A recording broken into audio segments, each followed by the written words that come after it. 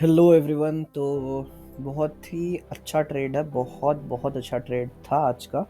तो चलो, ये स्ट्रैटेजी जो है ये डुअल ब्रेकआउट स्ट्रैटेजी है। जिसे नहीं पता, मैंने बहुत सारे वीडियोस डुअल ब्रेकआउट स्ट्रैटेजी के बारे में डाले हुए हैं। तो ये स्ट्रैटेजी भी बहुत सिंपल स्ट्रैटेजी है, लेकिन बहुत अच्छे पैसे बना के देती है। तो चलो 1 आवर में अगर मैं दिखाता हूँ आपको। देखो, डुअल ब्रेकआउट स्ट्रैटेजी का मतलब क्या होता है, मैं फिर एक बार समझा देता हूँ। डुअल ब्रेकआउट स्ट्रैटेजी का मतलब क्या है, अगर हम लोग देखते हैं तो देखो, यहाँ पे एक सपोर्ट है, यहाँ पे एक सपोर्ट है, ठीक है। डुअल ब्रेकआउट का मतलब दो ब्रेक, ठीक है, दो सपोर्ट या दो रेसिस्टेंस को ब्रेक करना चाहिए। देखो भाई, ये स्ट्रैटेजी कोई बुक वुक में नहीं है, ये मेरी खुद की स्ट्रैटेजी है। तो बट आप बस मैं जैसा समझा रहा हूँ ऐसे समझो। तो डुअल ब्रेक का मतलब दो ब्रेक, ठीक है। तो अब ये सिचुएशन में क्या है, एक सपोर्ट था, दो सपोर्ट था, एक कैंडल दो जो सपोर्ट्स है उसे ब्रेक कर रही है। देखो, ब्रेक करना इंपॉर्टेंट नहीं है, क्लोजर भी देना चाहिए। देखो, मार्केट ने एक ही कैंडल, 1 घंटे वाली, देखो 1 1 मिनट वाली सब नहीं, 1 घंटे वाली, 1 घंटे वाली, एक सपोर्ट नहीं, दो सपोर्ट नहीं, ब्रेक करके मोस्ट इंपॉर्टेंटली उसने क्लोजिंग दे दिया, ठीक है। उसने क्या किया, क्लोजिंग दिया। देखो, क्लोजिंग क्लोजिंग ऐसे होनी चाहिए भाई, ऐसे ही क्लोजिंग होनी चाहिए, वरना देखो ऐसा, अगर ऐसा रहा तो मैं 1 आवर में अगर दिखाऊं, देखो ये क्लोजिंग नहीं है, ठीक है।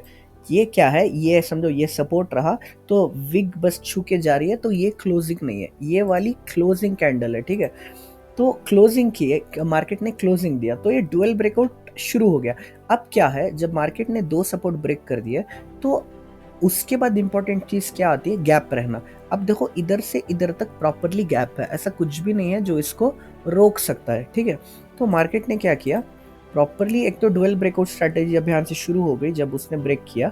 अब क्या कर रहा है मार्केट, हम वेट करेंगे, ठीक है। ऐसा नहीं करते ही एंटर कर लेना, यह कभी मत करना। इनकेस करना भी है, डुअल ब्रेकआउट स्ट्रैटेजी पे बहुत ज़्यादा भरोसा है, तो मतलब चलो थोड़े क्वांटिटीज में लेना। मैंने कहाँ एंटर किया, जब मार्केट मूवमेंट कर रहा था, थोड़ा थोड़ा इसके ऊपर निकला, फिर नीचे आया, तो इधर एक ट्रेंड ब्रेक आया, ठीक है। मैंने मतलब मेरी मतलब एक 50% क्वांटिटी मैंने इधर एंट्री कर ली, क्योंकि एक चीज़ क्या थी, एक चीज़ अगर मैं गौर से देखो, डुअल ब्रेकआउट स्ट्रेटेजी बहुत स्ट्रांग होती है, लेकिन 1 मिनट पे क्या है, इधर पे एक शोल्डर है, देखो इधर पे एक शोल्डर है, ठीक है। शोल्डर का मतलब, जिससे नहीं पता, आप जाके प्लीज़ मेरा चैनल देखो। शोल्डर है, ठीक है। तो मेरे दिमाग में एक था कि शायद ये टच करके फिर इधर ट्रेंड लाइन पे आके टच करके फिर जाएगा, तो मैंने बस मेरी हाफ क्वांटिटी ही एंटर की थी। वैसे ही क्या किया, मार्केट शोल्डर तक आके रिवर्स हुआ, ठीक है। अब क्या है, देखो डुअल ब्रेकआउट स्ट्रैटेजी बहुत बहुत स्ट्रांग होती है।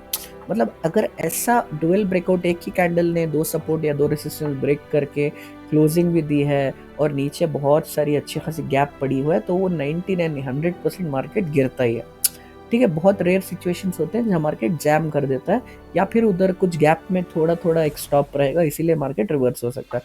तो नेक्स्ट मैंने क्या किया, जब मार्केट ऊपर आया, मैंने और जो मेरी परसेंटेज थी, मैंने इधर इधर एंट्री कर ली, क्योंकि अब तक मैं श्योर हो गया था कि मार्केट टच करके गिर जाएगा, ठीक है। तो क्या हुआ, फिर मैं वेट कर रहा था, फिर एक ट्रेंड लाइन बनना शुरू हुआ। जब ऐसा मूवमेंट हो रहा था, तो एक ट्रेंड लाइन बनना शुरू हुआ, मैंने इधर ट्रेंड लाइन ड्रॉ कर ली।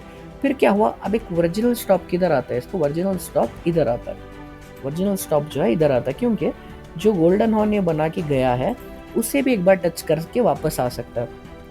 तो जब ये ब्रेक करेगा तो कभी भी घाबरे मत होना। मैं तो ऐसा सोच रहा था कि ये तो ट्रेंड लाइन है ना भाई, ये ऐसा हो सकता है जाके ट्रेंड लाइन टच करके भी वापस आ जाए। तो मार्केट है, कुछ भी हो सकता है। मेरा स्टॉप लॉस इधर पे था, मेरी एंट्री इधर थी, स्टॉप लॉस इधर था, टारगेट अच्छा खासा था, 1:1.23 के करीब मिल रहा था।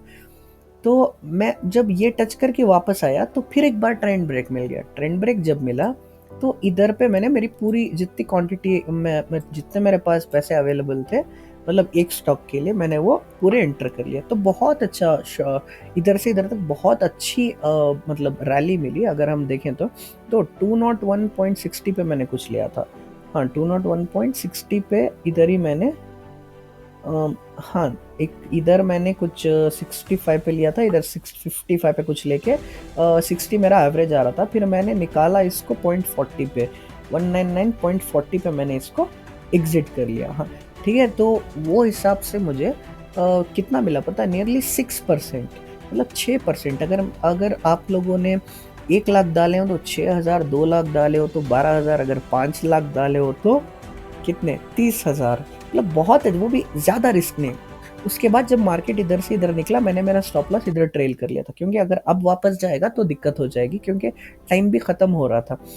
तो बहुत अच्छी स्ट्रैटेजी है। देखो मतलब डुअल ब्रेकआउट स्ट्रैटेजी की उतनी ईजी स्ट्रैटेजी मैंने बहुत कम देखी हुई है। बहुत सिंपल स्ट्रैटेजी रहती है भाई, एक कैंडल, दो सपोर्ट, दो रेजिस्टेंस ब्रेक करके अगर नीचे गैप है, और एक चीज़, मेन चीज़ क्या देखना है, और एक चीज़, मार्केट ये लाइन के अंदर ही ऐसे टहलना चाहिए, ठीक है।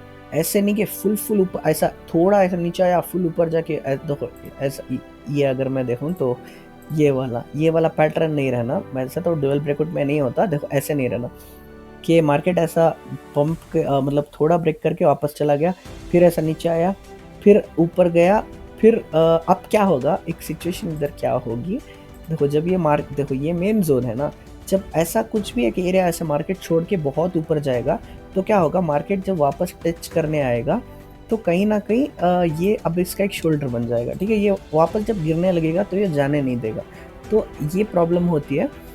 इसीलिए अगर एक स्मूथ पैटर्न रहना चाहिए, हम अगर इसमें देखते हैं तो कैसा है, देखो एकदम ये मेन लाइन है, तो मेन लाइन के नीचे मार्केट कहीं ना कहीं टहल रहा है, बस थोड़ा थोड़ा ऊपर जाके वापस आ रहा है। तो ये एक स्मूथ पैटर्न है, हमें इस पर ट्रेड करना चाहिए, ना कि अगर ऐसा पैटर्न है कि समझो ये मेन लाइन है, थोड़ा टच करके बहुत ऊपर जा रहा है, फिर नीचे जा रहा है, फिर ऊपर आ रहा है, ये गंदा पैटर्न है, इस पर कभी भी ट्रेड मत करना। तो अच्छी स्ट्रैटेजी है डुअल ब्रेकआउट स्ट्रैटेजी, बस दो रेसिस्टेंस, दो सपोर्ट ब्रेक करना है, नीचे गैप रहनी चाहिए, और मार्केट का मूवमेंट स्मूथ रहना चाहिए। तो बहुत 12-13 हज़ार कमाने का मतलब, जिसके पास 1-2 लाख है उनका तो 10-12 हज़ार कमाने बहुत ईजी स्ट्रैटेजी है।